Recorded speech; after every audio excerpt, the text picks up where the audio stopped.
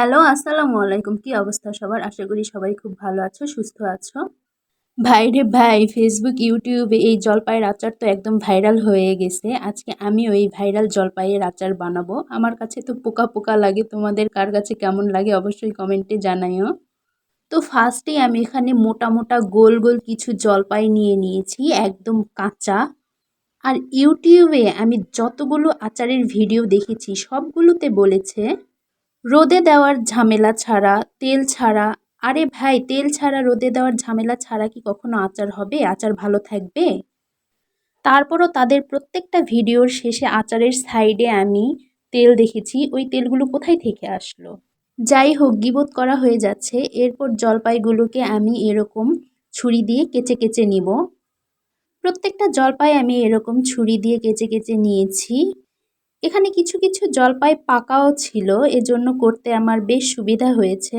আর জলপাইয়ের আচারের মধ্যে আমি যে মশলাগুলো দিব এগুলোকে এখন তৈরি করে নিব।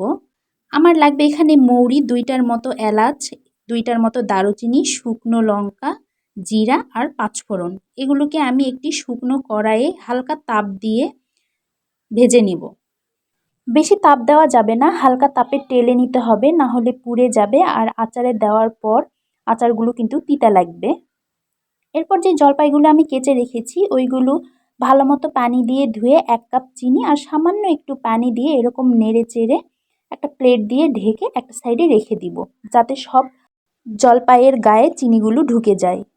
এরপর কড়াইয়ে বেশ খানিকটা সরিষার তেল আমি দিয়ে দিয়েছি, দিয়ে যে জলপাইগুলো আমি ম্যারিনেট করে রেখেছিলাম ওইগুলো তেলের মধ্যে ছেড়ে দিব। তেলে ছেড়ে দেওয়ার পর নাড়তে নাড়তে যখন এরকম হলুদ কালার হয়ে আসবে তখন এর মধ্যে দিয়ে দিব সামান্য একটু হলুদ আর সামান্য একটু লবণ। আজকে জলপাইয়ের ৩ রকম রেসিপি হয়েছিল। জলপাইয়ের সিদ্ধ মিষ্টি আচার, জলপাইয়ের টক ঝাল মিষ্টি আচার আর জলপাইয়ের জেলি। এই আচারটা শেয়ার করার পর আমি ওই ২টা আচারেরও ভিডিও দিয়ে দিব ইনশাআল্লাহ। সরি, আচার আর জেলি।